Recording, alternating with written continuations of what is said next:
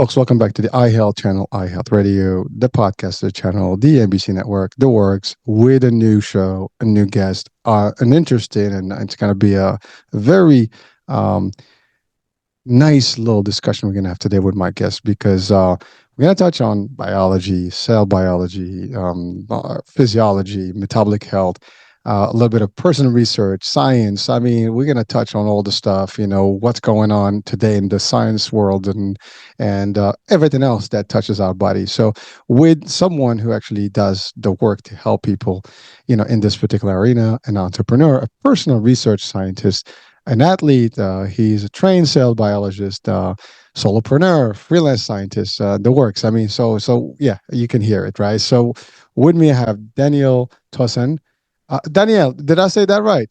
You got it. Perfect. Oh, okay. I give it a good shot there. So thank you for, for clarifying. I did a good job there. So that's perfect.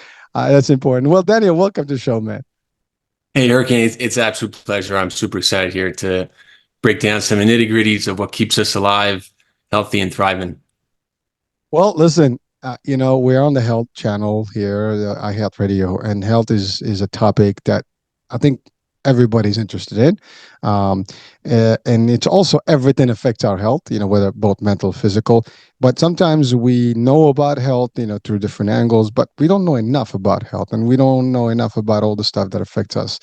So that's where we are, and we'd like to bring in more information. And we've been doing that for a few years, and there's a lot of people out there doing the same work, and there's not enough, and we're going to continue doing this. But your work seems to be very unique because you're doing some, again, personal research science. I mean, let's talk about that. Just that's on its own kind of interesting, title that you have there. Yeah. So, ultimately people can hire me to help them work through either if they've lost their health and they need to regain it, or if they're completely healthy and they want to know what is the up-to-date understanding of physiology, ultimately of biology that keeps us, uh, having a lifespan that's, called a health span. It's not about making it to 100, but, if you make it to 88, that you can still have a conversation, that you still have your cognition, that you can still do a handstand, that you can still get frisky with your lady, right? So all that is possible. And this common, call it decline for what we're seeing in our population with how we age, it might be common, but it's not normal. You're not meant to deteriorate at such a rapid rate or to not have function, cognitive function in those years. And you can see that. You can see people that live more harmoniously in line with their health, or call it in line with nature or in line with biology, whatever name you want to give it. Ultimately, there is a rule set that you must abide by. And if you don't respect the biology, you don't get to participate in it in such, I'd say, fruitful way. And that's really what the test of time, goes to show who's going to be right, who's going to be wrong. And it really doesn't matter at the end of the day if someone wants to say, oh, you got to eat carbs, you got to eat fat, you got to eat protein, this and that. The guy who's 88 and can still have, life while everyone else is, 6 feet under is the person that was right all along. And so today we're in a bit of I think people know it. Some people don't want to admit it, but we're in quite the mess of not being able to decipher or even recognize what science is anymore. And marketing has done a phenomenal job, right? We could talk about calcium. I still see and I still talk to individuals that say, well, I have to drink milk. Where am I going to get my calcium? But, you can take a very small amount of time to take a look. Well, let me ask the question of where is calcium present in what foods? And it's one of the most plentiful minerals in all our food. Meat. How do muscles contract? They contract based off calcium. How do plants build their structure? They build their structure based off calcium. So, this idea that I have to drink milk to get calcium is just an idea. It's just an example of how marketing has done a really good job. Breakfast, lunch, dinner.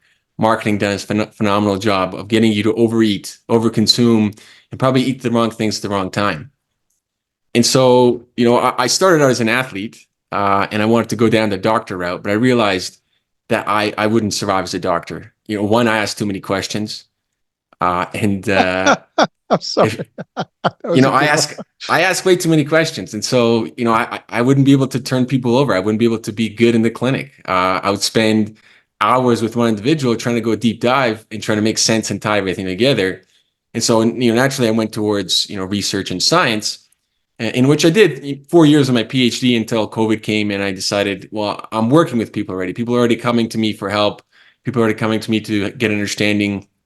And I've been working in big data for quite a while. So I get to see, for example, 300 biomarkers, 300 measurements in the blood. So maybe not jump too many words to make it too new for individuals, but we have technologies now both in Canada and in America where you get your blood drawn and you don't get what your doctor gives you, where you might get 5 to 10 measurements and you have to give 4 vials of blood. Now with 1 vial of blood, you're getting 300, right? And that's pretty impressive. So with that deep, extensive, look into what an individual's health is, it's allowed me to be, the person that I like, the nerd, the absolute inquisitive nature that I is unsatiable. I get to take that with each individual, and it's really caused some problems for me in terms of, you know, accepting people's, call it, excuses for their health. They'll say, "Oh, it's genetic." Definitely not. We can talk about that and how the idea of things being genetic has been a complete way of disempowering individuals. If it's genetic, you'd know from a young age. If you have a healthy genome, all that means is you got a functional protein. And even if, let's say, this new generation is being born worse off than their predecessors, their parents, right? So grandma and grandpa did great. They held on. They made their genome nice and healthy, stable. They passed it on, and they messed up, and they passed it on to their kids with absolute atrocious predispositions. Meaning, it's easier to gain weight. It's harder to keep focus. It's harder to regulate your neurotransmitters. It's easier to get diseases. It's easier to get infections. But even if you have that genome, you can change the course of your life based off your actions. And I think very few people are, one, saying that, but two, that's what the science says. We've known this for a really long time, and it's just that marketing does a really good job of quieting out the people that are right, because it's hard to make money off of, call it, the free modalities that keep our health going. So, this is the route I've taken. I'm sort of the rogue scientist, freelance scientist, and people usually come to me when the medical system has failed them, which is a shame. People are now seeing that, okay, healthcare doesn't look the same as it did 50, 60 years ago, and people are seeing their parents die on 5 to 12 medications, and they're like, well, that's not the way I want to go about it. What do I do? What's going on? Why is everyone talking about calories? What do calories have anything to do with nutrition? And so that's where I started my company, Timeline Sciences, with a very simple idea, right? We're all sharing a timeline, right? This is here now. You can't escape it. You might take some alcohol and you kind of get boozed up. You fall asleep. You still come back to the now, right? You can take something to slow you down. You might be lagging a few minutes, but as soon as it wears off, you come back to the now. So we have a timeline that we're all experiencing, and science allows you to describe the timeline. That's what science is there for. And I think people forgot the tool of science, right? I mean, we can kind of go off of how people use the word science, and I think it's the most butchered word in the English language by far. All right, well, hold on, Daniel. So there's quite a bit, and we're gonna dissect this whole thing that you just covered, because we can spend hours learning like a few books on just what you just kind of started this discussion with. Well, first things first. Interesting, because I've had live coaches, health coaches and stuff, but I have not had scientist coaches or scientist people, that actually work your body, your dynamics through science and stuff. I mean, I've had a couple discussions with stem cells, folks and things like that, and they do work, with people to biohack and things like that. But really, the concept of using your back, deep understanding of science and like you see the genetic markers and things like that, into really understanding how people can live. And you refer to the idea of longevity, but really it's healthy and vitality versus just life, because as you said, lifespan, it's not, I mean, I always said this in many shows, that I don't believe that we can extend our life, but we can, we have a lifespan, a timeline. We're going to be here, we're going to leave, right? But how do you live throughout that timeline is the key. Do we want to live vital and happy and active, towards the latter part of our lives? And believe me, folks, those that are watching and listening, time flies real fast. I mean, I literally, I look back, I'm 53, and it just went so fast. And I'm looking up, my dad passed at 73, so I'm only 20 years from his departure, and that's if I'm lucky. Now I can potentially pass that, but it doesn't matter. It's how do I live whatever remains in my life, whether it's a day, 10 days, a year, or 100 years. I mean, not 100 years. I don't know if that's possible, but everything is possible, right? We see people exceed that. And there are people around the world today that are actually over 100 that are still active. And I actually post some stuff when I see those things, some reels about people that are in advanced age that are doing terrific stuff, whether it's athletic stuff or just like moving and doing, I mean, I worked in the Medicare, the senior market, and I've actually encountered people in their 90s who are super active, super healthy, and they have secrets to what their diet is one, their lifestyle is another. And maybe to your point, it's not so much the genetics, it's how you do things. But I do, that's one piece. The other piece that I found very fascinating of something you stated was the idea that you could not go to become a doctor because you asked too many questions. And and that is so sad in a way, because you would think today the doctors will spend more time asking the right questions and stuff like that to help people determine. I mean, I'm in sales in general, right? That's my kind of core business, right? But in the health insurance and all stuff. So that's why I'm leaning towards the health part of it. But the fact of the matter is, we discover people in sales, right? You understand them, you understand their needs, the pains, and all the stuff that's going to help them, help you understand what the product's going to serve them, in the right way, and so therefore you can do a better job with them. Well, similarly, there's nothing better than the health. So you would need to ask people. And unfortunately, again, today we're to a point where it's 10 to 15 minutes tops if you spend with your doctor, and you'll see them once a year, if anything. And that's not enough to get to know you. I mean, I love what you said about having 4 vials plus to get a few, tests done versus, and all the standard tests, for the most part, you don't get deep. You're talking about 360 plus. What I think that's what you mentioned, 360, genetic markers. That's like everything. I mean, you sound like some of the guys that I follow on social that are talking about all the concept. I forgot the dude. I mean, he's now the name just escapes me, but he's all about the genetics and how you can test for stuff. I think he's been on Joe Rogan's and a few other places. If you think I think who I'm talking about. But the fact is, these are things that are important, and I love that you decide to go to science and really expand on that. Now I love science personally, but as you said, what is science, and that nicely put it. There's a lot of butchered concepts of science. So I'd like you to go there and define this for us, in the real world.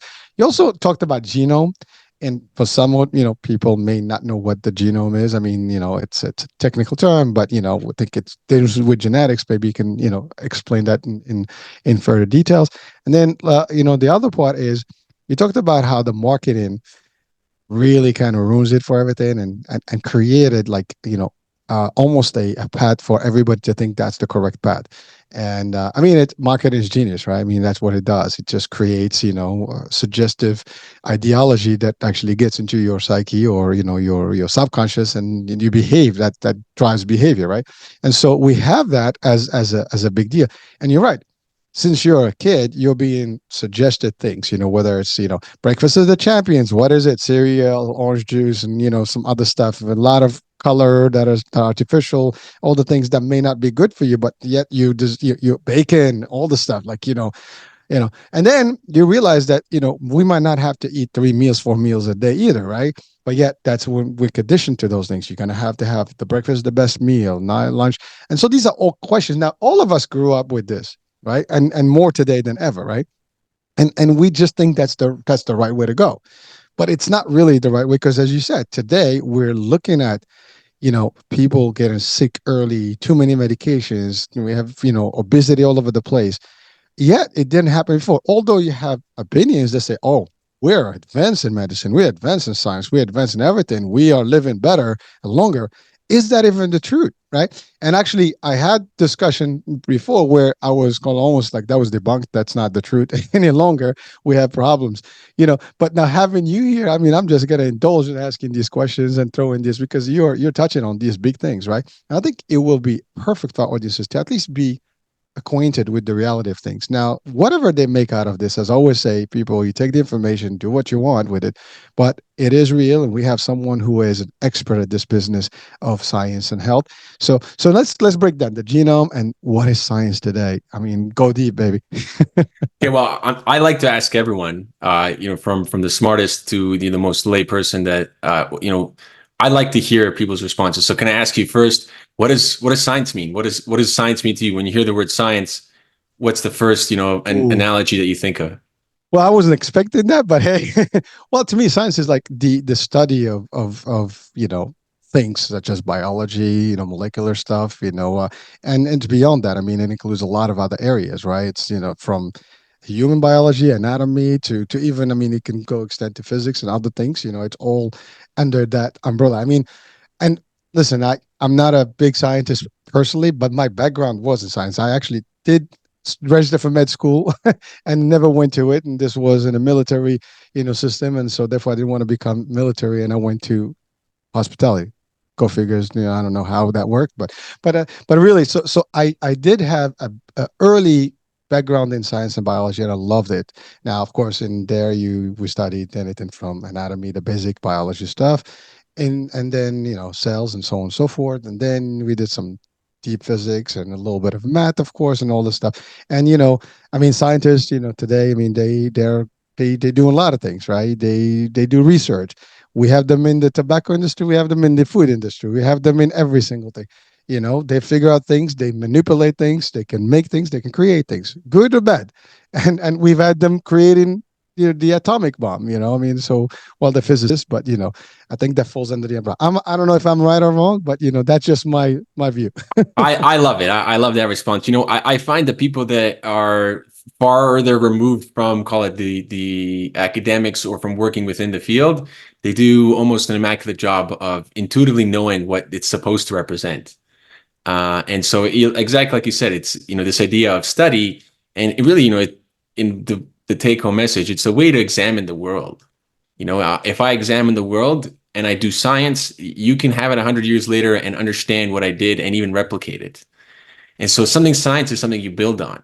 And, remember, maybe go now in the directions of which, you hear the word science used today. I've heard the mystics, the yogis kind of say the science hasn't yet realized.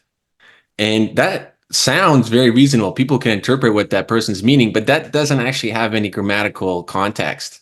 To have a realization requires a central nervous system, memory, and this ability to be able to process a comparison between the memory and whatever's happening in the moment to have a realization, right? So that doesn't work. What other kind of ways?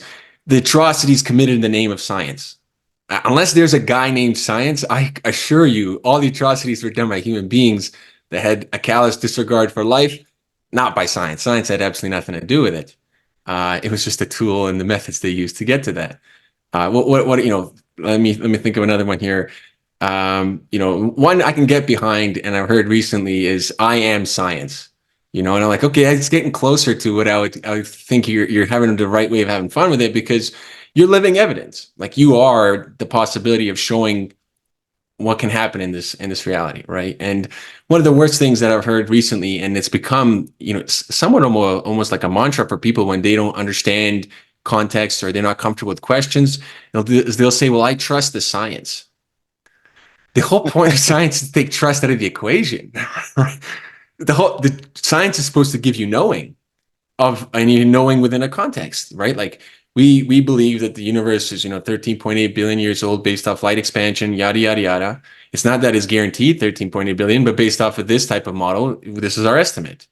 There's nothing of like die on this and hold as a great belief. These are the instruments we have, and this is the mathematics that we use, and this is the predictive outcome that we got.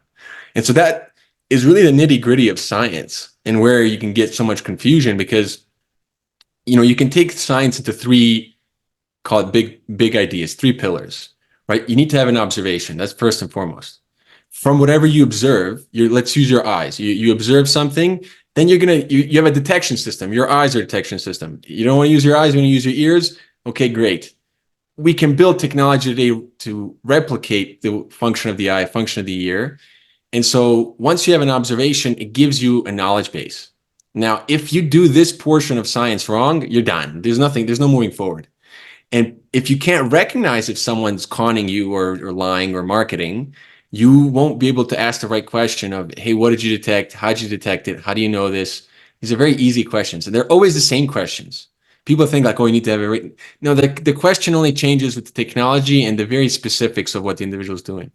The next part of science is what no one actually wants to do, but everyone wants to know, which is what did you measure and what did you compare it to, right? And this is the very important word people think need to remember or learn if they haven't, is that if you measure anything, the measurement is useless unless you have a control.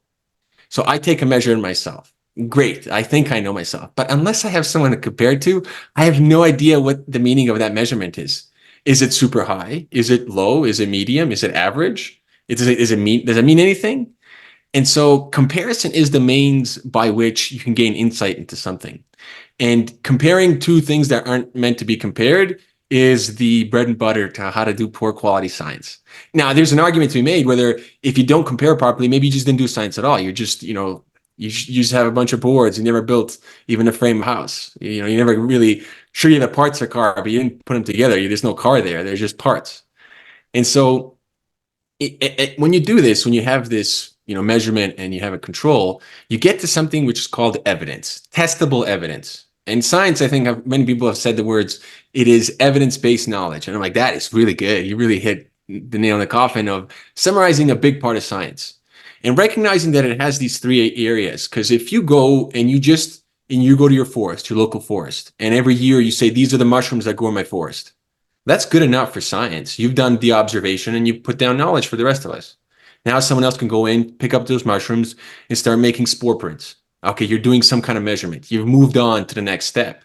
But if you didn't go in and say what the mushrooms that are present there, it's very hard to just start taking random spore prints. You would have no clue of any context. And so the whole point to the venture of science is for at the end, you're going to come to a prediction. You're going to come and you'd be like, okay, now I can make a guess. I know exactly what mushroom I have. I know the effects it's going to have. I can eat this one. This one won't kill me. And in the same sense, no matter how complicated you make the science, if you're not making a prediction, you haven't, say, gone to the end of the possibility of venture of science. So you observe something, you get evidence, and then you make a prediction. And as when you make that prediction, really what you're doing is you're creating a model.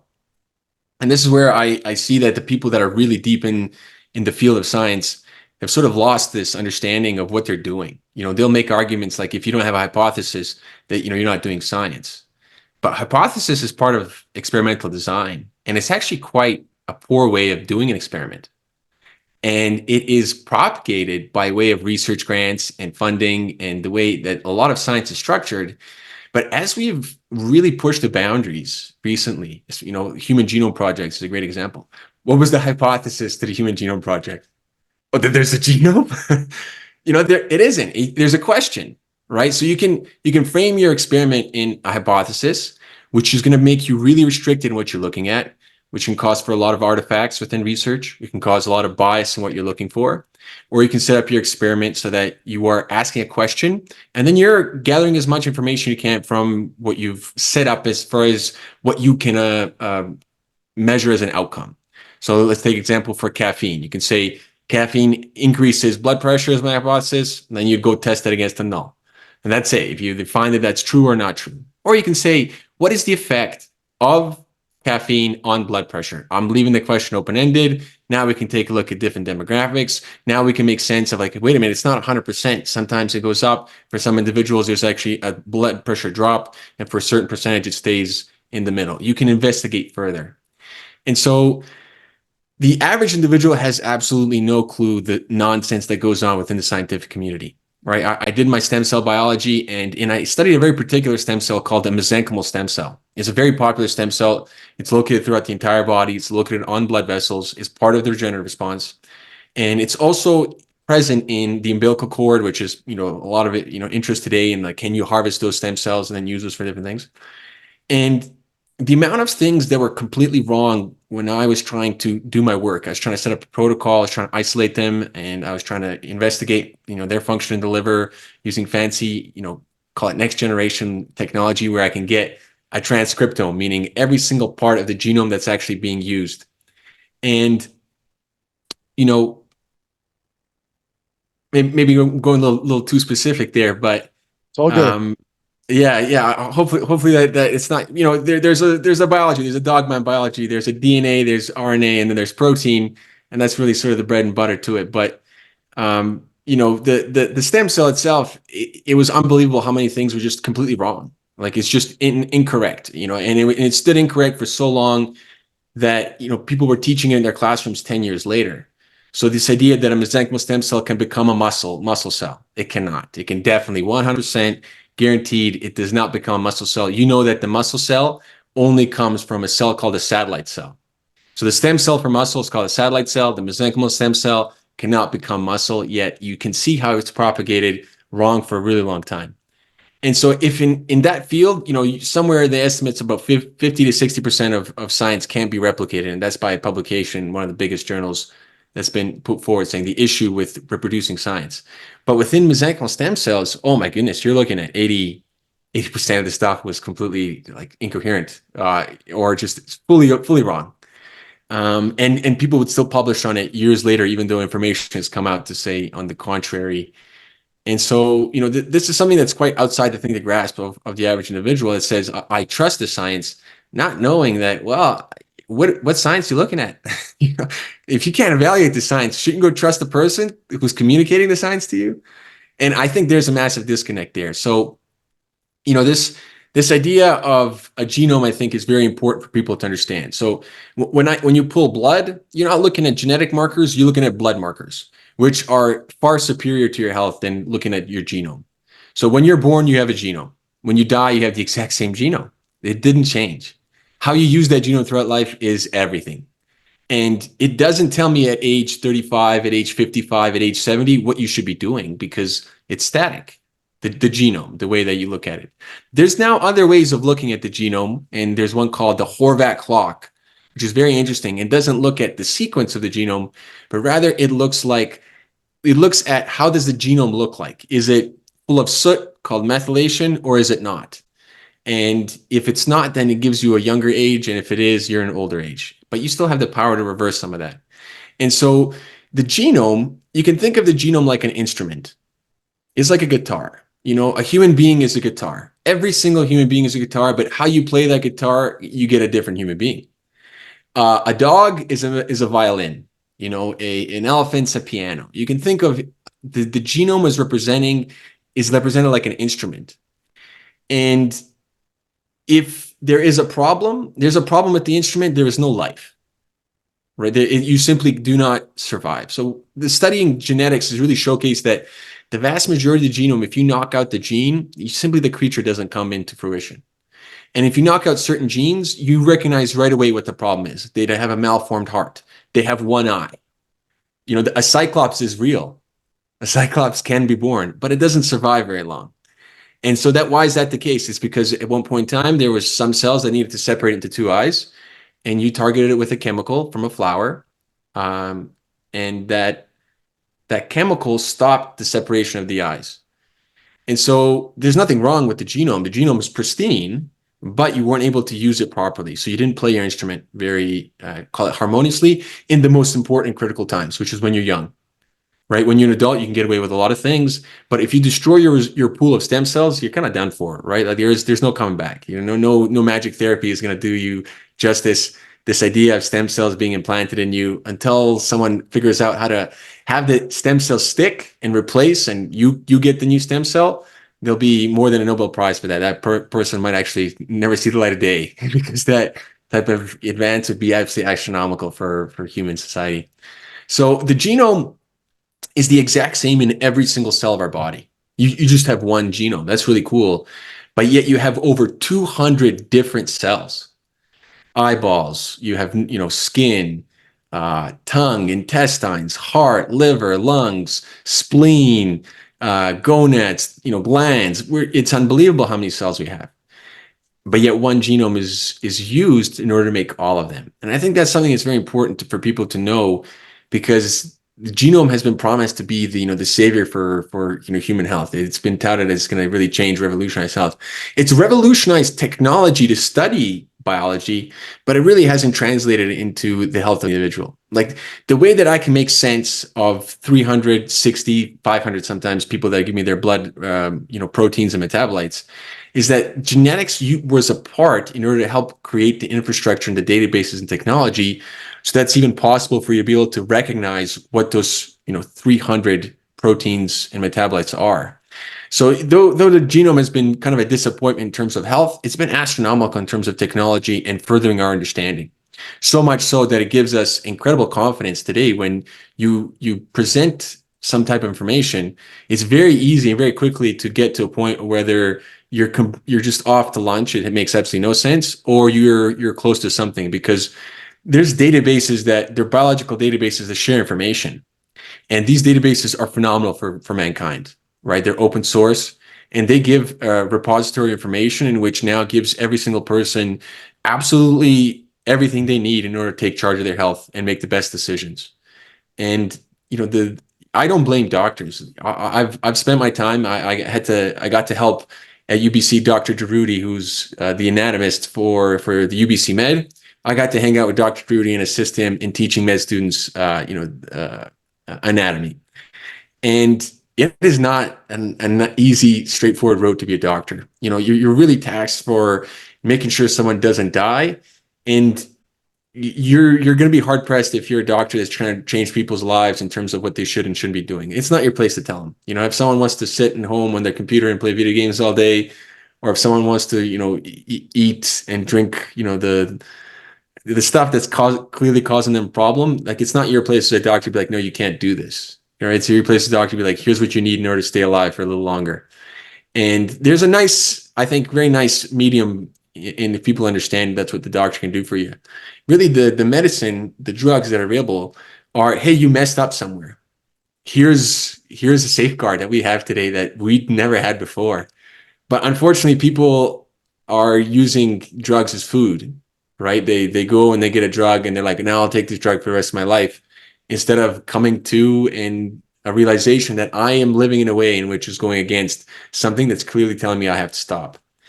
And I'm because I study stem cell biology, because I like the idea of regeneration. That's an interesting concept to me.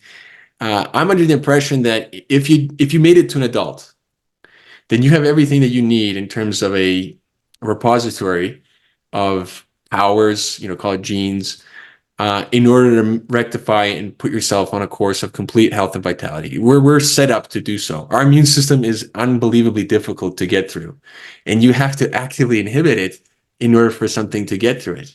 So if you try to infect a human being, it's actually quite challenging. But if you don't try, if you just let them get infected on their own, it's pretty simple. They mess up, and I think that comes a big part of I think there's knowledge, right? Knowledge, understanding, and what I would say is something that people come to a point is they come to a point where they feel like they know enough, and ignorance starts coming in, right? Ignorance of what information is out there.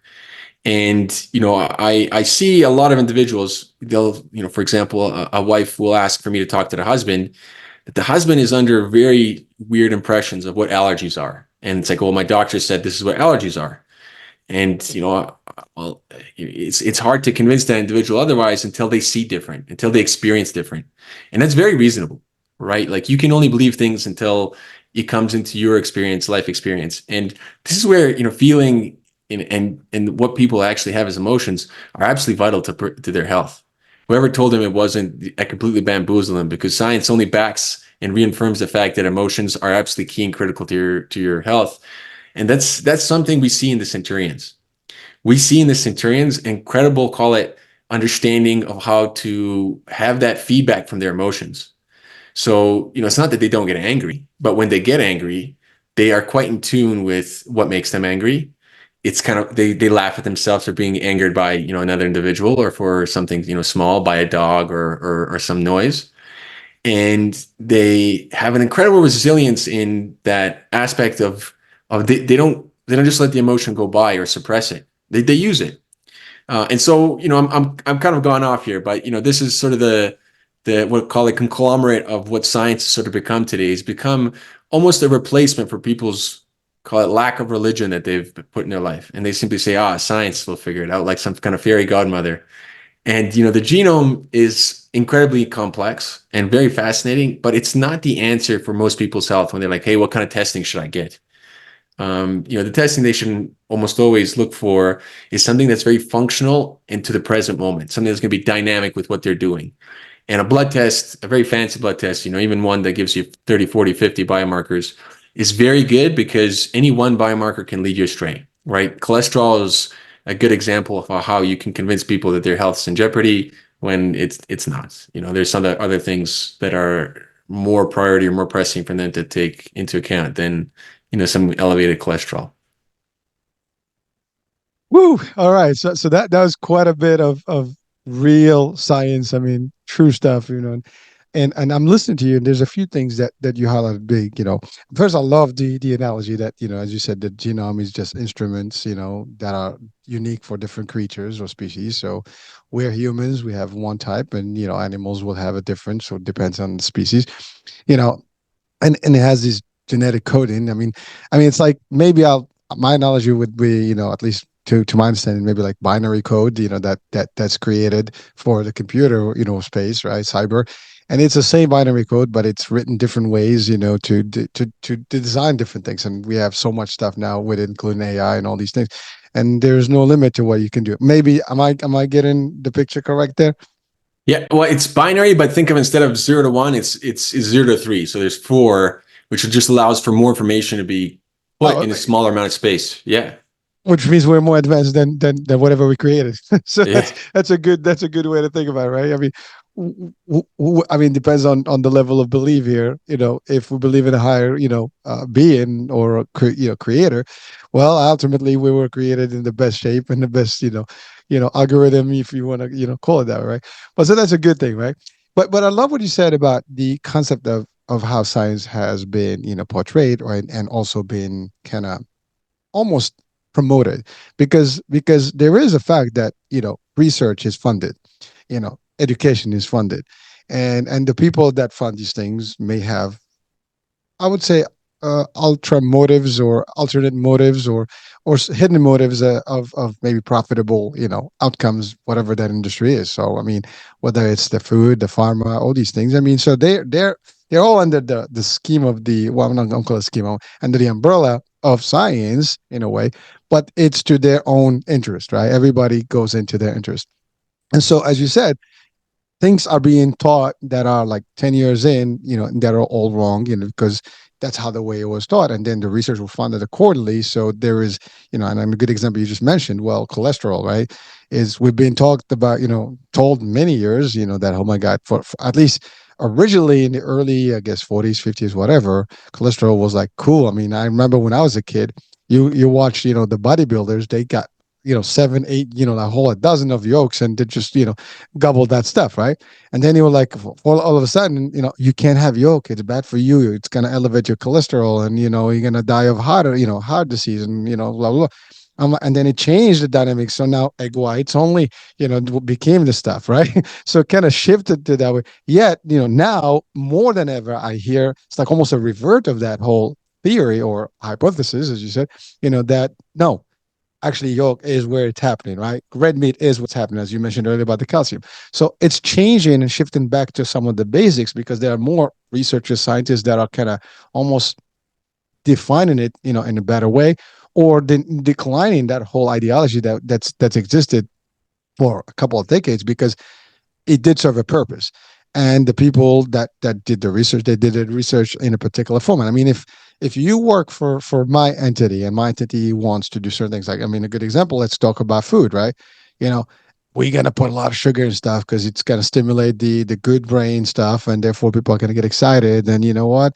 If they get a liver disease later on, or some diabetes, we got this meds, we got metformins, we got all the stuff that's gonna fix the problem. Now, it doesn't fix the problem; it masks the problem. It may, use different technology or different cell, formulation to kind of almost mimic some effect, or maybe change the way it's supposed to be designed. And again, that's not going to do anything for you.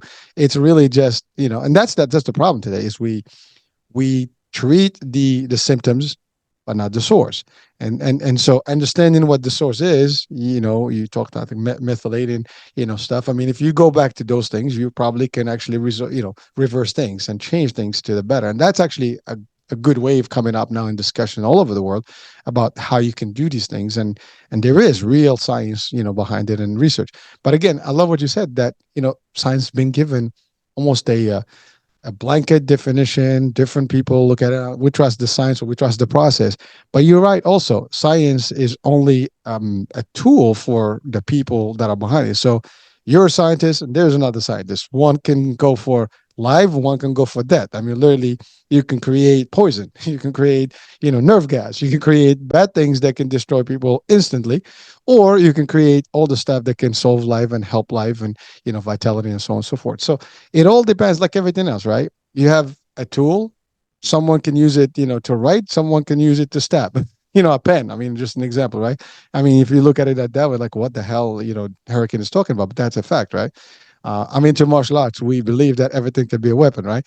And so same pen that can be a weapon in writing, in history, and wrote the books and the encyclopedias that we use to get to today's science and knowledge, is the same thing that could be used as a weapon, in another way. Now, it could be, what do you call it?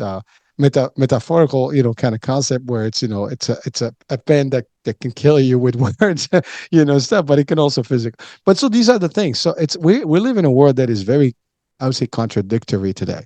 We have one wave that is pushing one agenda, and the other wave is pushing the other. And we're not talking about religion here. We're just talking pure science, right? And so now you add religion, you add all the differences, and you add all the politics. Forget it. The world goes nuts. But I love the scientific science process, is that it's all, as you said, you observe an event, an occurrence, you kind of do the research on it, then you start compare it to different, scenarios, and see like what scenarios work. I mean, I love movies, so I'm gonna go to like Planet of the Apes, right? That, I think when they the guy wanted to cure the Alzheimer's, I think, and so he started playing with all these different formulas until he figured out the blue whatever thing that actually created those smart apes, right? And he did kind of cure the Alzheimer's temporarily for the father. So I mean, it's like, now that's a movie, but there's some science in there, at least some light stuff. But these are all things that sometimes we don't get, because we take it for what it's worth, right? But someone like you, it's like I'm looking at it from literally ground zero. You're looking at it from like a skyscraper, or maybe above, 3,000, 30,000 miles away. I mean, you see in a bigger picture than the average person. What's a fact, right? I mean, you're immersed into this. You understand it deeper than most of us, in the world. So you can see it. You can compare. Now I know your the discussion we're having today was probably controversial to a lot of other people, because they might disagree with your approach to it. But the fact of the matter, you're not talking out of your just the blue. You're talking about with facts and research, and years of you spending and really focusing on this area of expertise. The best example you gave is the stem cells. you know one stem cell that is being promoted in one way is not really what's going to create this thing, right? And these are things that if you talk to a normal person, and I'm a normal person, I mean, I would just take by whatever you tell me, right? I mean, right now you're on the show, you tell me this, I'm taking. The reason I trust what you're saying is because I know you're giving me the comparison side by side. And that's the thing, like sometimes when you hear from one source, always look at the other source, what the other party say, and then you can make own intelligent, I guess, you know opinion, form your opinion about things based on all the facts before you make a judgment on things. So thank you. Now in today's science, right, you've kind of almost articulated well the concept and how it is. But now let's relate that to the aging process that we kind of alluded to before. I mean, there's got to be some key things that we can do, not so much about the aging or the aging or longevity, but really the healthy cells to convert this body to operate to the maximum level with its own genome, if you want to call it that way. So how do we do that? What are the steps? What are the pillars of good health, I would say? Yeah, absolutely. Had you asked me 5 years ago, how what my oversight of health and kind of the understanding of biology was, I would have told you, yeah, I'm on that skyscraper. But the more individuals that have come into, to me with their information, the more I see it is quite difficult. The complexity is unbelievable, and I've been quite humbled with what some people have been able to do. People have cured their diseases that on call it the major you know narratives would be uncurable. People have done it, and that really gives me motivation to be like, okay, well, keep going, right? Don't pretend like you know it. Actually know it. Actually know the genes. Actually know the proteins. Actually know, call it, the function of what they represent. And really, for like good health, we can think of two things to keep in mind with day to day of what we're doing. One is, what is the cell? How clean is the cell? How well are we maintaining it? How well are we protecting it? What is the stability of our cell? Because that cell has to work with trillions of others in order to give you functions across organs. So two parts, the cell, and then looking at the physiological correspondence, your lung function, your heart function, your digestion, so on and so forth, cognition. And there's things that happen on the cellular level when you call it live, quote unquote, a healthy life, right? When we look at athletes, they usually have very good cellular markings. When you look at the cell, it looks great. The genome looks stable. The proteome in there looks great. The metabolome looks really, really, really good.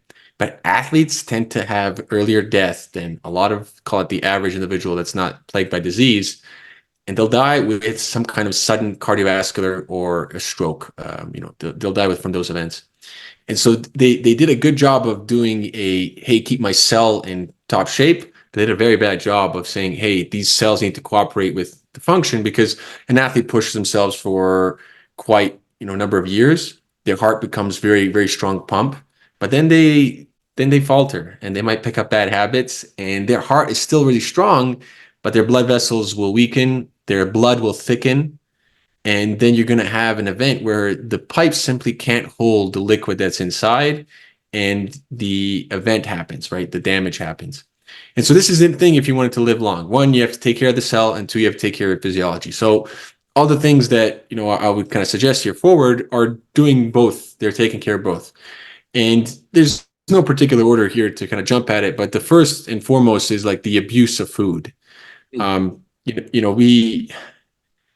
are absolutely bamboozled by calories. I almost always have to spend a good chunk of time in order to re-shift someone's mindset and understanding of really what nutrition is, and move them away from calories.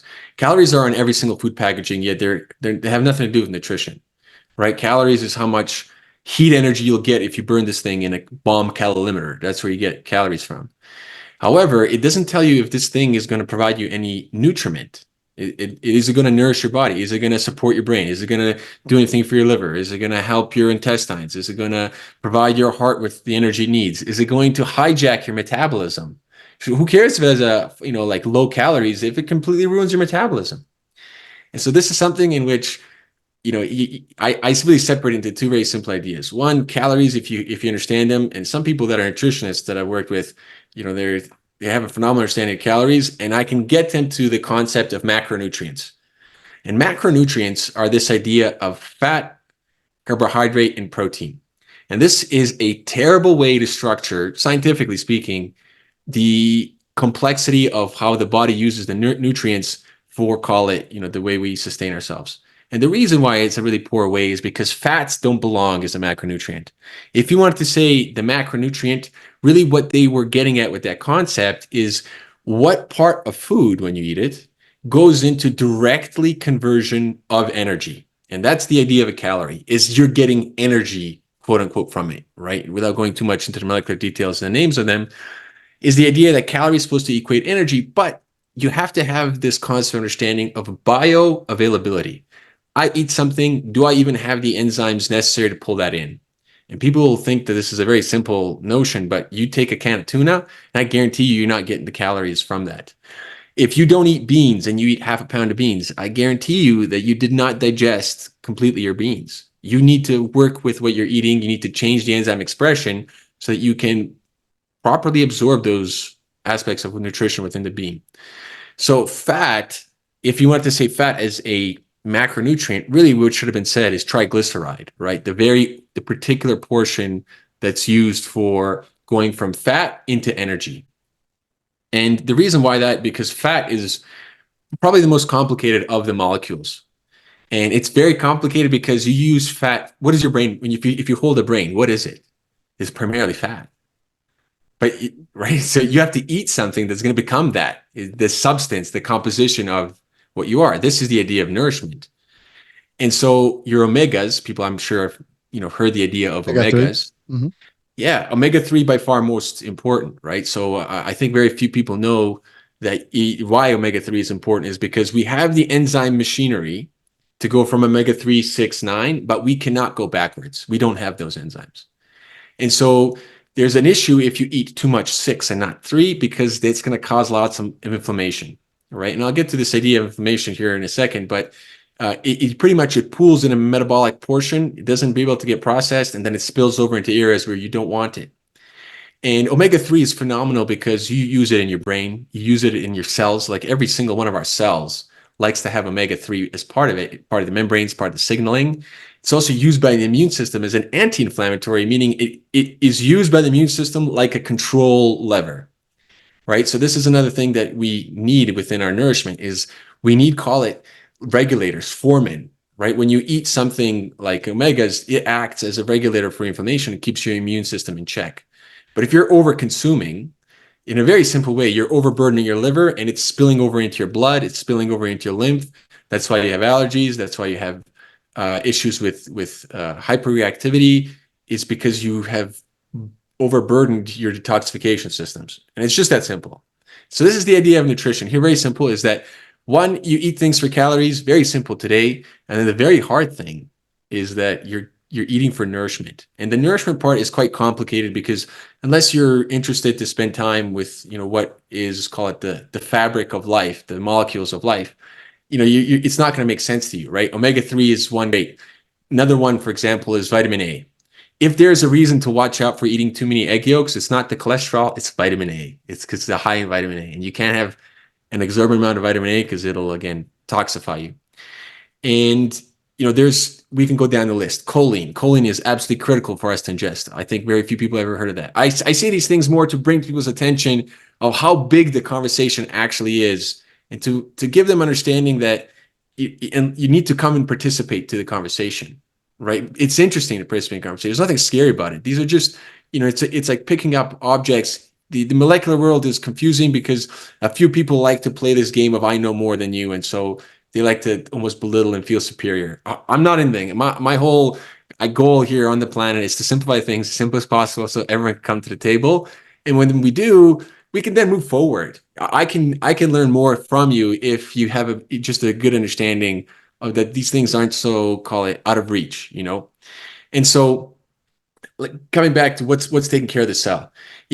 Anything that damages your genome is absolutely the most imperative to avoid, right? Because the genome in a cell would be the analogy to your gonads as a full adult. The genome regenerates. It's the renewal area for all the proteins and the machinery that makes up life. So if you can't renew the proteins and machinery, which need to get turned over pretty regularly, you can't stay here very long. But if you destroy the genome, you can survive for a day or two. So it tells you that the genome is not the place where it's the decision making and this experience of life, because you're still experiencing life without one, but it is the absolute necessity to be able to live here longer than a day or two. So if anything damages your genome, you need to stay away from it at all costs. And so what's the most obvious one? Well, it's radiation, right? What protects you against radiation is iodine. And so here's the thing that everyone should consume today because our nutrition is absolutely depleted in it, but it also protects from radiation. And me and you are sitting in front of technology. This is something our forefathers did not have to deal with. My big statement is we are the sickest, unhealthiest population that has ever existed on planet Earth. And it's because there has never been a civilization that has had more population. There has never been a civilization that has been exposed to more chemicals, to more synthetic chemicals. There has never been a civilization that's had so much exchange of those chemicals and then from different regions. And then not only that, but now we have new technology that has never been even remotely close present in people's lives, something that we can, stare at well into the night, having no idea what's going to do in terms of long-term consequences. So protect your genome. And then the proteins that make up your life are really indicative of whether you're going the right way or wrong way. So when someone comes to me and I get to see their profile, I can very easily tell whether there's going to be a problem within 5 years, 10 years, 15 years, and what that problem is going to be, because the proteome it's stable enough to showcase whether a person's actions are causing, let's say, beneficial adaptations to their activities. Maybe, for example, I take a blood test, and this is what I coach people to do. Take a blood test. Now take 3 months to do a program that you're interested in. Maybe the person's interested in training for, let's say an MMA fight. I've worked with MMA individuals. Maybe the person's interested in doing marathon. Maybe the person's interested in simply, hey, I want to get fit. And did the fitness actually translate into me getting benefits in that cellular compartment? So the proteome tells us that. And then the metabolome is really complicated and not too much, thing I would say here, but a lot of confusion can happen from metabolome. And so careful for people that get that. If you get folic acid, if you get creatinine, I've had an individual had 17 times the out of range value for creatinine, and doctors told me he was about to die, right? And then he came to me and I'm like, did you do a lot of training? He's like, yes, I did military training. I'm like, all right, no problem, man. You just need more time to recover, and the value will go down. Go get tested in 2 weeks. Take a solid 4 days break. And he's like, I can't. I'm like, all right, well, when you can, then go get the retest and make sure it comes back down. Because people put themselves in those scenarios, and what are you going to tell them? Hey, don't train. Hey, don't do your military training. Like, that's not an option, right? For some people, right? So the big part of nutrition is very simple: is that you must respect the biology, and it's a very simple thing to remember here is that you need to eat things that are alive. Right? It's that simple. If it's alive, not about whole food, not about carnivore or this. There's benefits to meat, there's benefits to eggs, there's benefits to vegetables. We live in a time where the question really is do you have quality in front of you? If you have quality food, you're good. But understand that what's at the supermarket is a challenge to get there, and there's going to be used preservatives, pesticides, chemicals, and are you ingesting more chemicals than you're able to detoxify? That's what's causing a lot of the problems. That and the fact that people aren't respecting their detoxification machine. So this is where, this idea of intermittent fasting is not fasting. That's just a nice buzzword. It's just the basic default way that you must live as a human being. You must respect the fact that when you eat food, you are turning on enzymes, you're turning on the programming of assimilate my environment into more Daniel, right? You eat a steak, you're going to assimilate that steak into Hurricane, and it's going to become you. And so that process also now makes you more vulnerable. That should make sense. I am turning on the machinery saying, I want the outside world to become me. If I eat things at that time that also have a lot of problems with them, then I'm gonna accumulate them in my system. I'm gonna hold on to them. And so when you're eating constantly and you're eating low quality food, it's one of the worst things that you can do. Right? One of the best things that you do is, even if you're eating low quality food, restrict it to at least one portion a day, because when you're assimilating, you're not doing the other thing. So what's the other thing? The other thing is protecting, repairing, resting, digesting. So I think a lot of people know this. They know the rest and digest and the flight or fight nervous system. And it makes complete sense when you tell them, hey, your flight or fight will completely override your rest and digest. That makes sense. Hey, a lion's coming. It doesn't matter what you're digesting. Run away from the lion. If you can't get the muscles, the flight or fight gets blood into your muscles and out of the digestion, right? That's the sympathetic nervous system in order for you to escape. Because who cares if you're digesting food or trying to fight off an infection if you get taken down? Now it's no longer the preservation of the individual. But when you tell someone that eating completely shuts down detoxification and repair, for some reason that concept is like really difficult for them to grasp. So if I eat every single moment of the day, I constantly snacking, I simply cannot turn on the programming, the machinery, this equivalent to the rest and digest. Really, it's the same. The vagus nerve needs time for you to relax and rest. This is why you're told, if you were lucky, that you can't eat when you're stressed. Don't go have the sweets and the sugary bullshit when you have emotional stress. When you sit down at the table, it should be a nice, pleasant, family time where you're happy to see people, where you're sharing things. Even if you had a bad day, the fact that you're with good company, And sharing is an aspect of put yourself in a state to activate the rest and digest part of the nervous system, which allows you to assimilate your food. And so this is some of the stuff that is, gone away from people's understanding, and they think it's just good enough, like a car machine. I shove in calories, it calories in, calories out. And there are people that are extremely educated that are abusing this knowledge and confusing individuals and capitalizing on it. I highly doubt that they believe in calories in, calories out. I don't think that's why they don't participate in public, call it debate, or even debate with anyone that has any kind of science credentials. It's because they know that this absolutely can't hold water with any kind of basic enzymology. And so here it is. The make it simple is that one, you need to eat live food. This is the whole aspect of nutrition. The other pillars there, they're all very simple, right? This understanding of incorporating real fasting in your life. When you incorporate fast, it's nature's operating table. You turn on the machinery and it usually sucks, right? It usually sucks because, we all ate cookies, we all ate whatever, some ice cream, and I love ice cream. I love, the grains, the wheat, and all the baked goods. And so it's in our system. It's making it, call it, a little more sluggish, our blood a little more viscous. And when you fast, you're cranking up and turning on the processes to remove that and eliminate it. So you're upping your elimination processes in your body. And if you've spent, for example, someone's been on medication 40 years ago, and now they finally realize, like, okay, I need to do these kind of processes, this type of protocol in order to kind of get back my life. You can see within their urine drugs that they had 40 years ago. It's phenomenal. So a drug has stayed within the person's system somewhere, and they're able to expel it at that time, which really, this is the smoking gun evidence. This is the science to tell you what is really happening in terms of the possibilities in front of you. Now, not everyone's going to have testing all the time. Not everyone has access to that.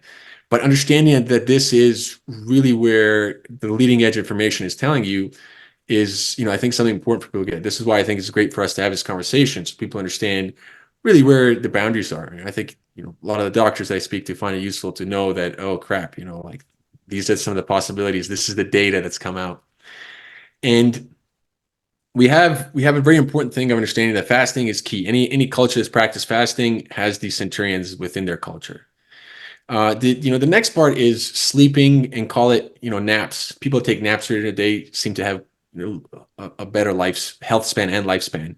But a big part goes into that, where really those individuals are rising with the sun or even before the sun. They're going to bed on time. Their sleep hygiene is immaculate. They like sleep. They sleep well, and they have the ability to rest. Right, something that we, I think, in our society have very difficult to do with our constant need for stimulation. So this idea of sleep and naps has been a big part. The other part here, which this is very cautious. I'll say one more time. I'll say very, very carefully, but a tiny bit of alcohol, distilled liquor particularly, has been shown to be almost like a elixir for health. And I can speculate as to why. I can speculate in terms of the biology, but just a tiny amount really goes to show. So again, the cultures that have the centurions in large percentages, they usually have like a thimble-sized distilled liquor with their evening meal, or sometime within, call it, after their work. They'll be out in the sun, they'll be in their gardens, they'll be in the markets, they'll be on the land, and then they'll have a little bit of, I'll call it, this distilled liquor as almost a way to, like, meditate or chill out at the end of the day. And then the last one is, the cold is really what makes it easy to see in terms of the information or the data. But exposure to cold is a stimulus that causes the human being to rise to the challenge and is very beneficial. It's a very potent stimulus for the human being when they are present within that cold and that they overcome it. And there's a counterpart to heat, but it doesn't seem to do as, call it, a longevity benefit. It has a massive health benefit. But one thing that we see, I'm not sure if you heard of a Bergman principle, which is an eco-geographical principle that when you look at species across the planet and from equator to the poles, you'll see that as you go closer to the poles, the creature is bigger. So you look at penguins. Penguins are the biggest thing. The whales. So the species gets bigger as you go. The polar bears. So, and it obviously there's going to be some exceptions where this doesn't play, but this understanding that cold is a very strong stimulus. And we are the one mammal in where cold has a profound difference than every other mammal on the planet. And it has something to do with what our cells express. So within a mouse, within a dog, they'll only certain cell types and certain tissues will express this protein that allows them to dissipate energy for heat. But the human being has that protein almost everywhere. So when you are present within the cold, you're allowing your breathing apparatus of the cell to flush. And when we expose ourselves to this day and age, for example, chronic stress, it will cause our breathing apparatus within the cell to become clogged. So we can breathe in no problem from our lungs, but on the cellular level, that oxygen is not used very well where it needs to be used, right, in the mitochondria. But it's not used by our breathing apparatus of the cell. And so the cold is a way to almost force flush that out. What's another way to help flush that out? Well, it's breathing exercises that raise your carbon dioxide level within your blood. When you do breathing exercises, deep diaphragmatic breathing exercises, carbon dioxide builds up and allows you to bump out things that have stuck to your breathing apparatus. Now, I think everyone knows cyanide's toxic, right? Cyanide kills you. It kills you quick when large concentrations, or even in small concentration, relative, right? But what is cyanide doing that's causing it to be so detrimental? Well, it's doing this process of binding to your breathing apparatus within the cell and suffocating you on the cellular level. So no matter what you do, unless you knock out the cyanide from the protein, you're done for. Now, things can get in those proteins that don't do as, call it, all in as cyanide does, but they'll do like, oh, I'll mess you up 30%, 40%, 60%. And so this is what really is the difference between a healthy metabolism and not healthy metabolism. This is what, when you say I have energy, I don't have energy. And really, I think that's a kind of key in maybe a conversation for another time. But this idea that like, oh, I need to eat to have energy, and it's just it's a language that's put people in a hypnosis to think that I need to constantly eat to have energy. You have plenty of energy on your body. It's access to that energy that's the problem. And maybe something on the here that's an interesting kind of fact, and something I'm learning about too is that there's things that we kind of have for understand, like the heart is a pump.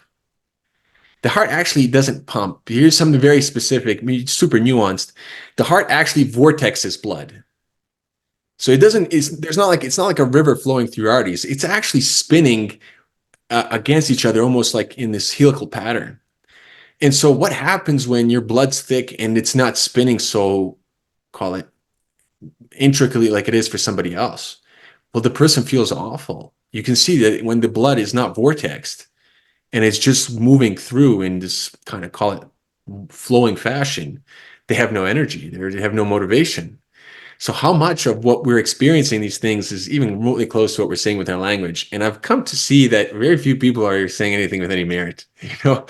It's sort of just this hodgepodge, this swirl of, can someone please check my understanding? And then I obviously have a little bit of a hero complex where I can't wait to tell someone this information. I have this desire to share things for the common good. And some people can't wait to hear it. Other people are not ready. But the intricacies of what really health is only becoming more and more comical because everything I've listed is really free, right? Like your exposure to cold, completely free. I mean, obviously, if you're in Jersey, it might be a little more difficult to get access to it. But fasting, completely free. Your breathing and sleep, completely free. The modalities for health are very much so integrated with what our existence is. And the biggest challenge, I think, is to people understand the ins and outs of nutrition. That is something to brag about. If you're someone that's growing some aspect of anything in terms of food, great. If you're in any way acting like a shepherd, meaning that you're cultivating the world, you're participating in bringing up, call it, prosperity and health for other individuals, I would say that's something to brag about in today's day and age because it's not anywhere near to the level that it needs to be for us to thrive as a society. Well, there you. I mean, I've listened to you, and I can't even. I don't want to even stop. The stuff is just flowing, and it's a lot of stuff. I definitely will hold you to that comeback, opportunity because there's more really that we can break down into the discussion, especially because you've touched on the cellular level, at the cellular level, in terms of like what we need to do with it. Then you talked about the functions of our, organs so those are two big pieces that we need to kind of make, a good balance with, because it's not just one. Because I love what you said. You can work in one and then everything else is not functioning. So you basically are, disabled in a way because the other stuff is not functioning properly. You're not optimized, right? I love what you talked about, like the concept of the enzymes, for example, and how they need to be there to specifically, specific ones for specific things. And if you don't know what it is, you're taking things that are not being, I guess, processed correctly, and therefore you're just building that nastiness and toxins or free radicals, as they might call, in the system, and they're just hanging in there. Finding maybe a bad cell to damage, whatever, right? So it does have that. Then you talked about just some of the deficiencies we have in our nutrition because we don't have the healthy stuff, and it is a fact, as you said. I mean, today you walk into the supermarket. I mean, like a year ago, I didn't realize this as much as I do today. And a year ago, we started this health stuff, about 5 years ago, and I've been in the health, but we've been on the insurance side, so it's not, and that's one of the reasons I started this whole, eye health, radio in the first place, was the idea that there's not enough information out there, and there's no health TV or health channel, right? So that was kind of like my little thing, right? But then I started meeting people such as yourself and learning more and more and doing more research and stuff. And so we started the nutritious channel about a year ago, and then I'm realizing, like, what the hell? There's no food out there. I mean, you walk into the supermarket. I mean, like literally, folks, if you're watching and stuff, just take a stroll in the supermarket. Don't buy anything. Just walk and see, and you're gonna see everything there that is synthetic food. It's not real food. I mean, potentially the only food that there's gonna be there that is real, and even that may be corrupt, and because of pesticides and insecticides and all the stuff that's in it, it's gonna be your vegetables and legumes and things like that, and maybe the meat. But the rest of it is all prepackaged stuff. You read them, GMO business, and everyone. There's like 20, 30, 100, types of elements there that you cannot pronounce. It's all chemical stuff. So you realize, I mean, really, colors. Now, I didn't realize that. I mean, it's amazing how it's, to your point earlier, we are so marketed, in a way that is like almost kind of hypnotize us, from the birth. I mean, like my kids. So just as literally as we're talking, I have a Burger King, you know, Junior Mac, Junior Whopper in the fridge right now, and it's been there for about 10 days. And I have a hot dog from 4th of July that I'm actually experimenting on right now to just see how long those things will survive. Now, in a couple of months, I'm gonna bring those things, and if they're still good, there's a problem. And just to tell you people, like, this is the reality of stuff. We eat and stuff. I love what you said. 40 years, you can still find some, reminiscences of drugs in your bloodstream. We have that with the PFSs and all plastics, microplastics today. That's another problem. So we have all these things. Yeah, I love what you said about the idea of not having the right vitamins or having too much of it, not having iodine. I mean, you're right. We are a population, a generation that has not been on this planet before, with everything that we have. As you said, chemically more. We have more population, less food, more processed food, more EMFs and radiation. Being listen, I have, I don't know, four lights, three screen, four screens in front of me right now. I mean, just to give you an example. So and a couple of phones. So I'm literally, being radiated. Like so. Just, I mean, if I did what is it, the gigometer, whatever that is, Yeah. the radiation thing, I'm gonna probably be like, buzzing, a little high. But so that's just to give you an example.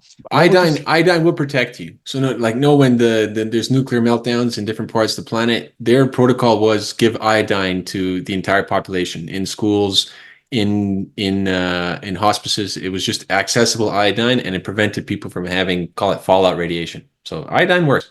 Well, yes, but here's the challenge: where to find iodine, and it's not in our food because salt has been not iodined. They sell salt now. Well, salt. There's Yes. there's a discussion about that salt too versus real salt and Iodine, tables. very simple to get in the United States. That's been a little bit changed where they dropped the concentration quite a bit in terms of what's legally allowed to sold. So if you still can get in different parts, it's 5% solution of iodine, and you just take 3 to 4 drops underneath your tongue. If you have Lugos iodine, that's sort of the bare basic. If you have difficulty absorbing, or let's say very sensitive thyroid, you want to get something called nascent iodine. And again, you can follow the recommended instructions. but it's very easy to tell. You can even drop it on your skin, and you can see how quickly you absorb it. Or otherwise, you have to eat a lot of kelp or marine products in order to get that in your diet. But I mean, I travel with a tincture, a bottle of it.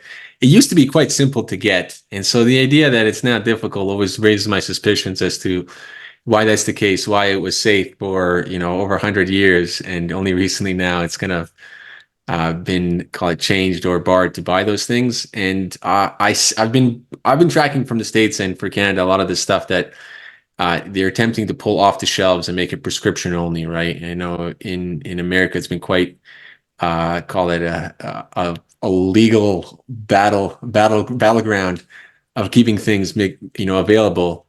And for people that know, there's an abbreviation called GRAS, GRAS, generally regarded as safe, that was used in order to make sure that products can stay on the market because they fall under this protected category where they won't harm you.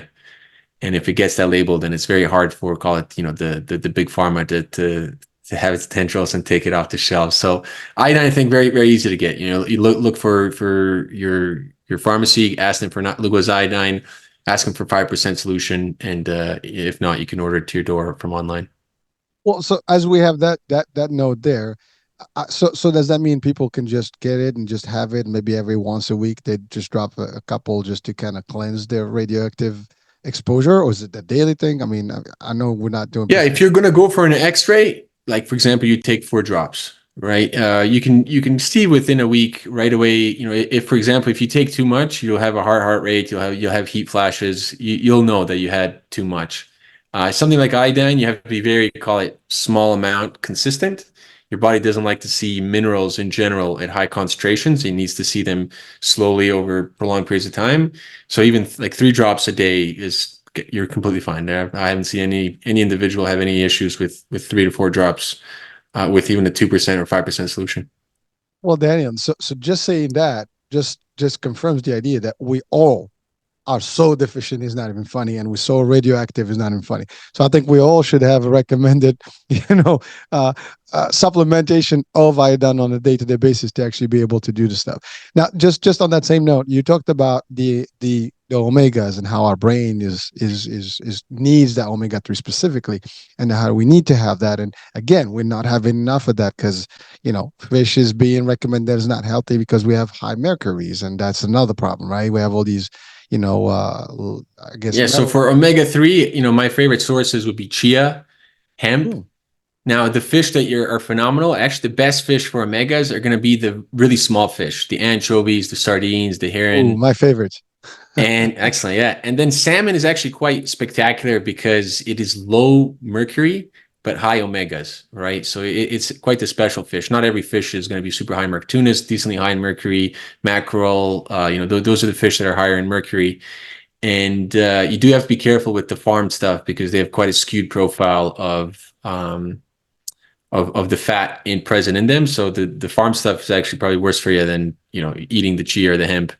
And the other one is walnuts. Walnuts are extremely high in omega 3s. And then obviously, if you have the budget, just having like a krill or a fish oil supplement, again, quality is king there. And that's how I've helped people with call it shakes in their hands where they're getting older and they can't stop shaking. It's been supplementing the omegas on really high concentrations. If you have brain fog, high concentration omega 3, start there. uh, 2 parts actually. It's a high omega 3 concentration, and then work on actually hydrating your system, right? Hydrating your system doesn't mean drinking water. It means getting that water to assimilate with your tissues because, I mean, if you cut yourself, you're not leaking water. It's like it's thick, it's viscous, it's gooey, it's stuck together, it's gelatin like. And so that water needs to be taken in by the system, which if you are having difficulty doing that, which you can mess up through different ways to inhibit it, you'll get all sorts of problems, right? So people that have had, call it cognitive decline, have completely stopped their cognitive decline because they simply got hydrated. It's kind of funny. It's funny in a sad sense, I guess, right? Because the solution was, slow down and let's get water in you the proper way. And the simple thing to keep in mind, you're like a sponge. Like you need to squeeze yourself in order for then when you let go for the water to be pulled in. and you need to have solute, you need to have salts and different things present when you're trying to hydrate in order to be able to pull it in.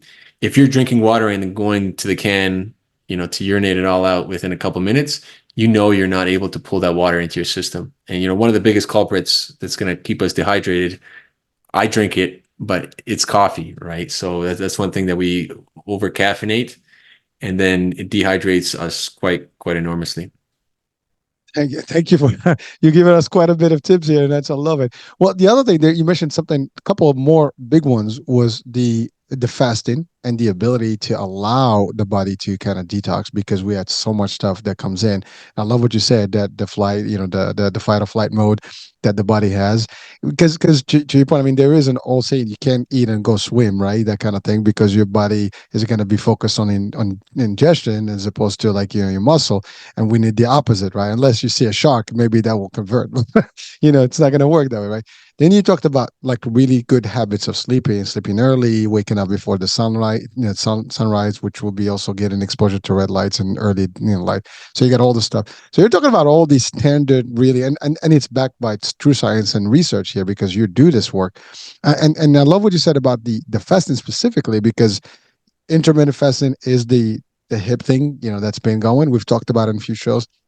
And I've actually read into it that really a true fasting is not that kind of fasting. A true fasting is it's water intake only and maybe a day plus. And I've heard even up to 3 days, no food, kind of diet just to cleanse your Yeah. body. Now, what is Let, that let real me let form? me jump in there just 1 second because here's I'll just make 3 days is I've seen safe for almost anyone.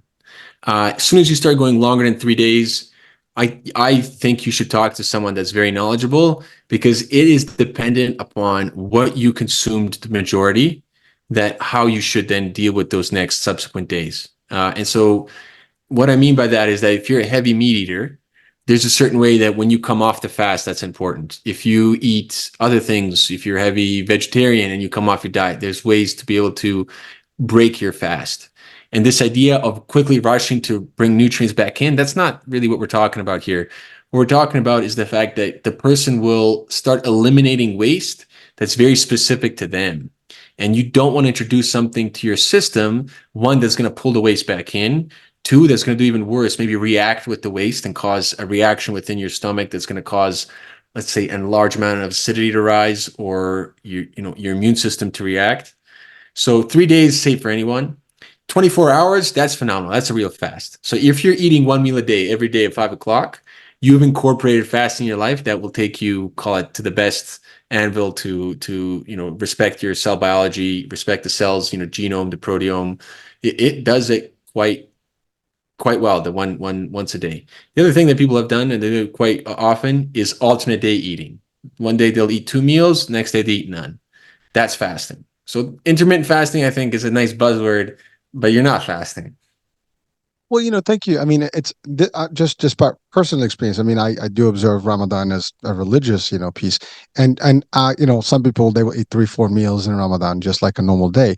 I actually we only have one meal literally until the next day. So you have at sunset. So when we break fast and we eat a nice healthy, a little bit of a good mixture, and that's it. You're full, and that's it until the next day. We hydrate, and you don't eat until again. So that's literally almost 24 hours. And I can tell you when I do it exactly that way the energy level, everything changes.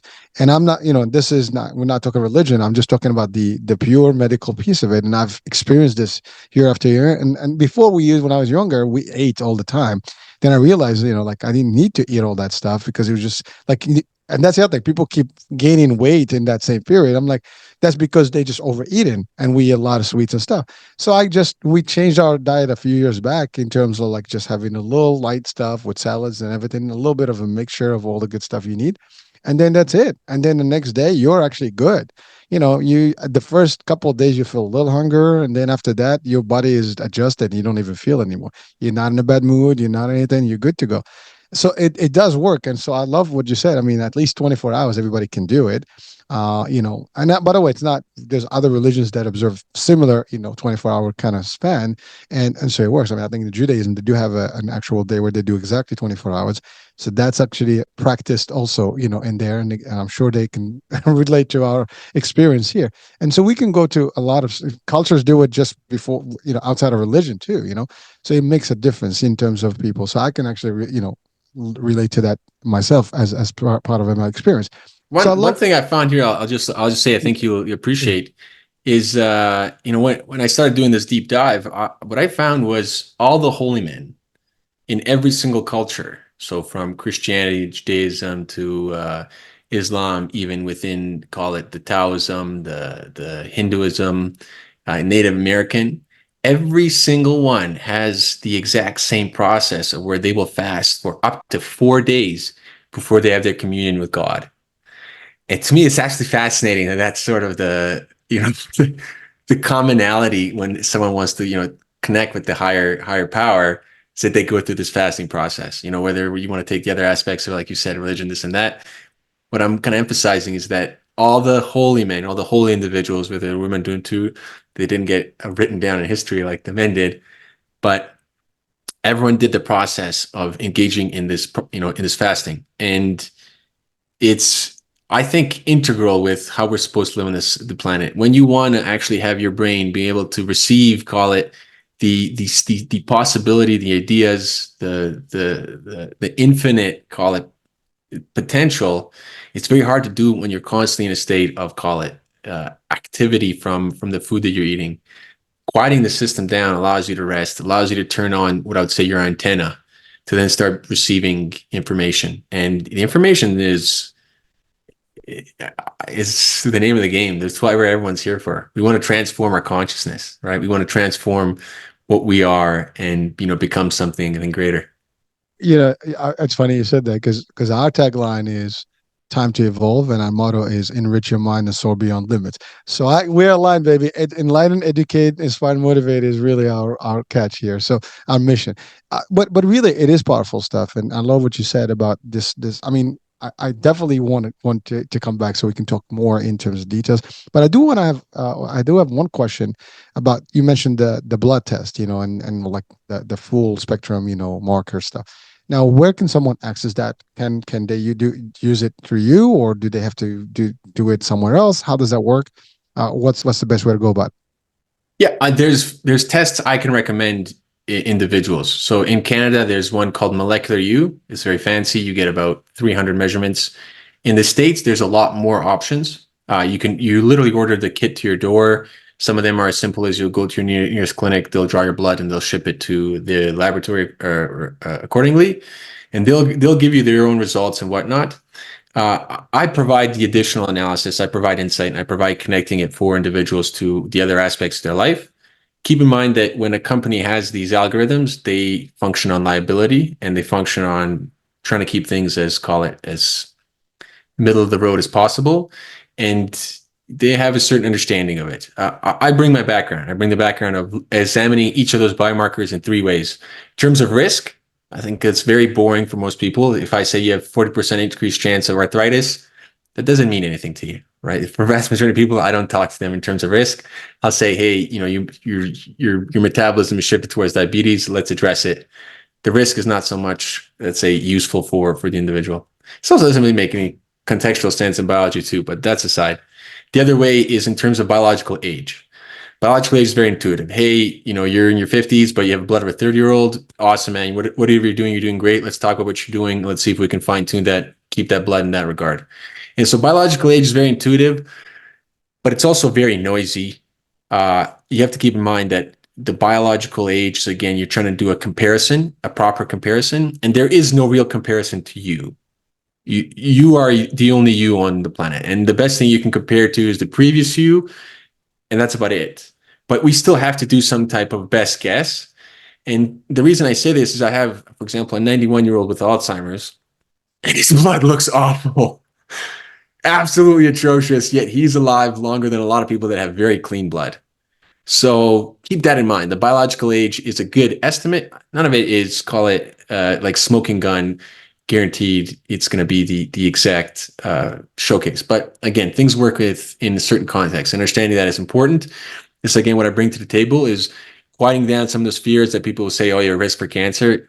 We can talk about that. We can actually make it make sense. And the last one, which is not every blood marker will show you this, but it was my interest. That's what I spent over 5 years making databases for within the pursuit of the grad schools, is how does fitness look in the blood markers? Like if you exercise, does a blood marker change? And so the blood adapts to your fitness level. So it is, in a way, an indirect marker of how resilient you are. And it's quite fascinating because it's not as simple as, hey, concentration goes up.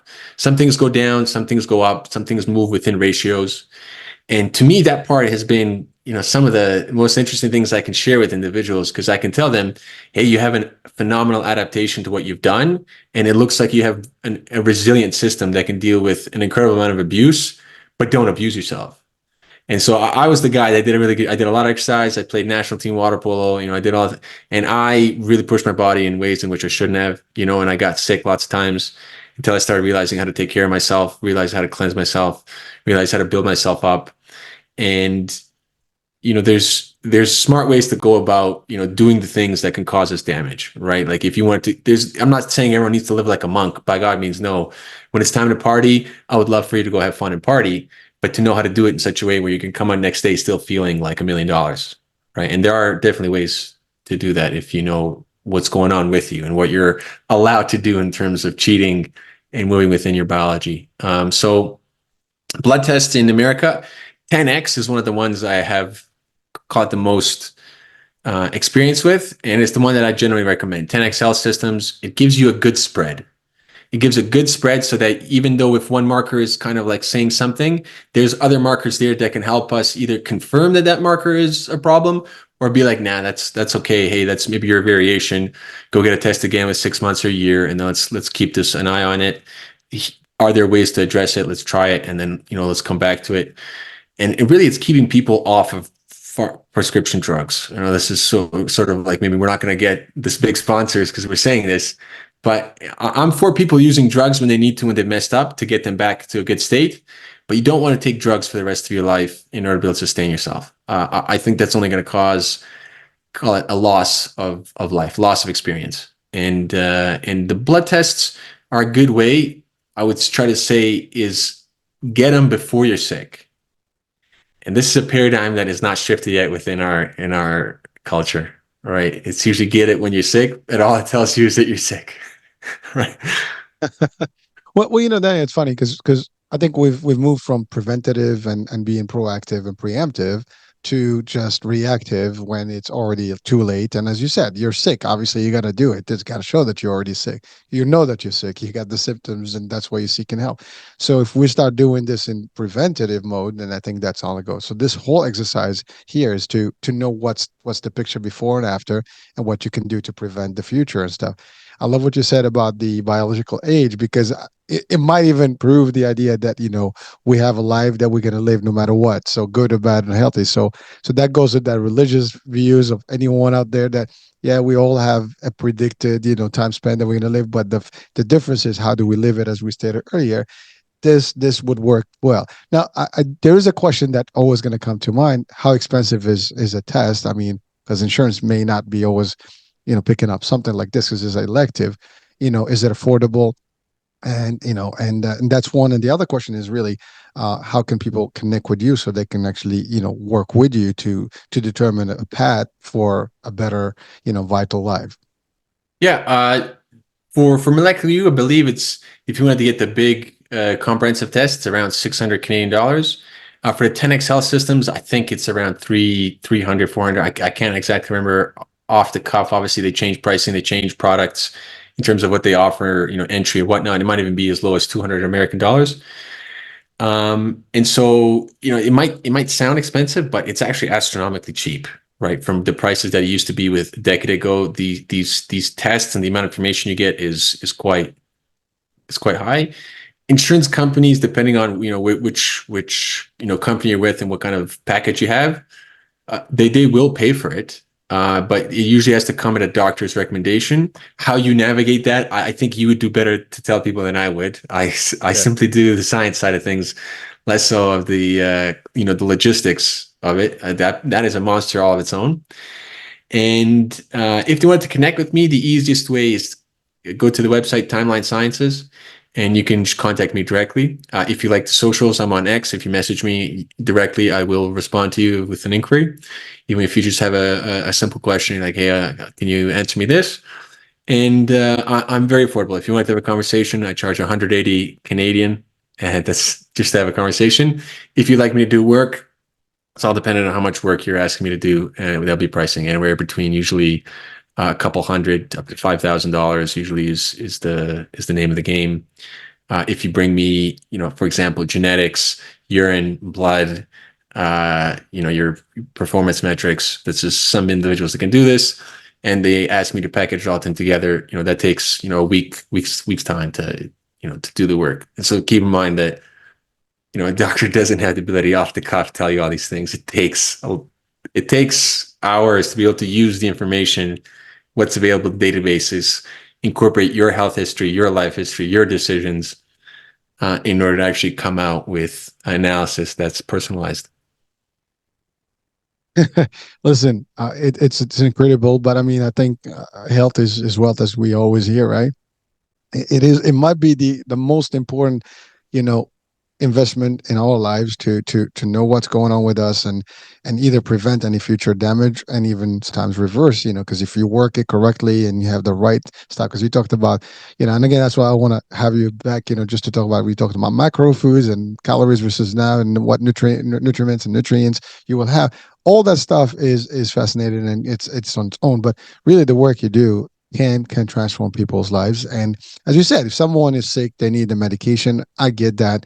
It fixes the problem instantly, and then it masks, a little bit of stuff. It gets you back into, like, 99%. You still have the problem that caused it, so you just go back now and work and how to prevent it from reappearing and recurring again. But so that's concept. So there is that, and again, like, I love your being honest about the discussion here. It's not what's about the sponsorship. It's really about the message and the information, as you said.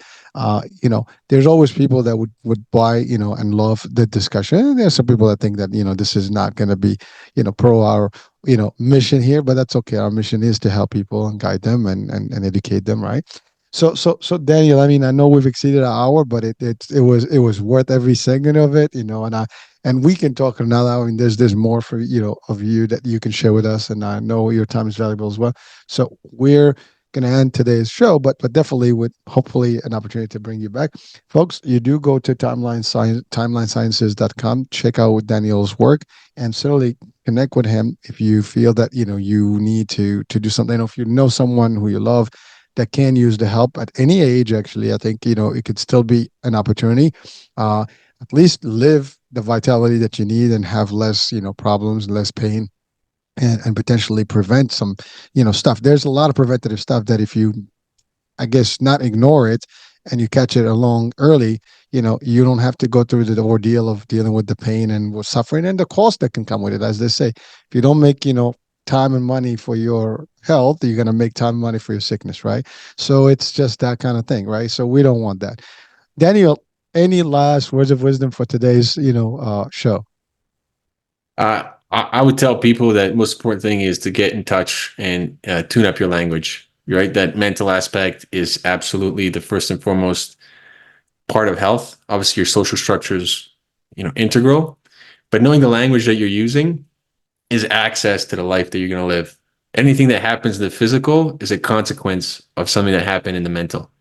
So refine your words and do your best to stay in line with what you say. I love that. Mind and body. I mean, that's all connected. And so thank you, Daniel, for really sharing great insights today. Beautiful stuff, very scientific. This is definitely a show that we need to listen to a couple of times because there's a lot of technical stuff in it. But I think it will be just beautiful to actually hear it and comprehend it and dig in further. And again, do check out the site. It will be in the description of the show. American H. Thank you for tuning in, for watching and listening. Talking soon, need a new show, new topic. Bye for now.